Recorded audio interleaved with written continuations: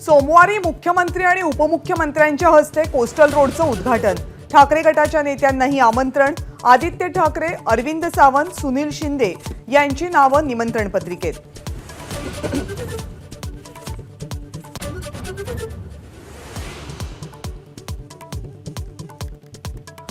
जागा वाटपावर गृहमंत्री अमित शहांच्या निवासस्थानी रात्रभर खलबतं। मुख्यमंत्री आणि दोनही उपमुख्यमंत्र्यांसोबत बैठक। अजित पवार आणि प्रफुल्ल पटेल यांच्यासोबत शहांची अर्धा तास स्वतंत्र चर्चा।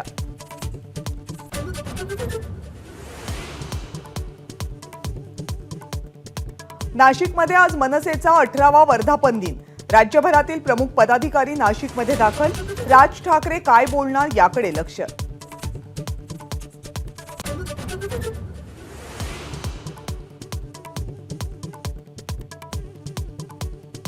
बारामतीतील नरसापूरमध्ये सुप्रिया सुळेंसाठी शरद पवार यांची जाहीर सभा।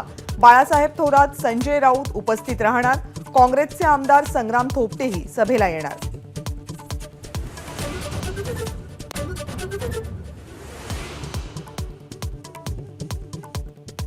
वंचितला किती जागा द्यायच्या यावरून महाविकास आघाडीत मतभिन्नता। 5 जागा द्यायला पवार आणि ठाकरे सहमत, तर 3च जागा द्याव्यात असं संजय राऊत आणि नाना पटोलेंचं मत।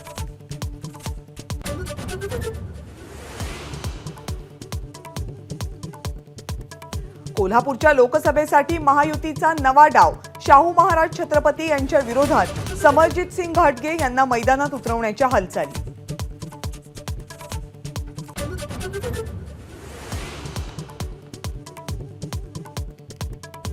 लोकसभेच्या निवडणुकीसाठी 39 उमेदवारांची काँग्रेसची पहिली यादी जाहीर। राहुल गांधी लढणार यावर शिक्कामोर्तब।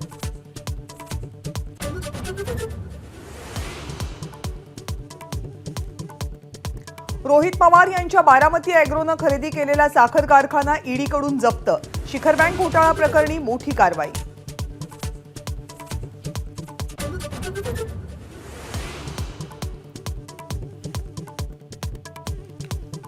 राहुल गांधींची भारत जोडो न्याय यात्रा गुजरातमध्ये। महाराष्ट्रात भारत जोडो यात्रेचा होणार समारोप।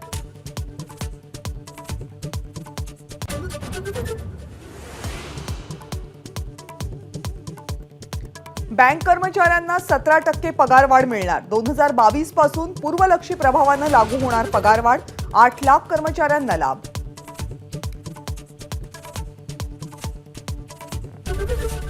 एबीपी माझा, उघडा डोळे बघा नीट।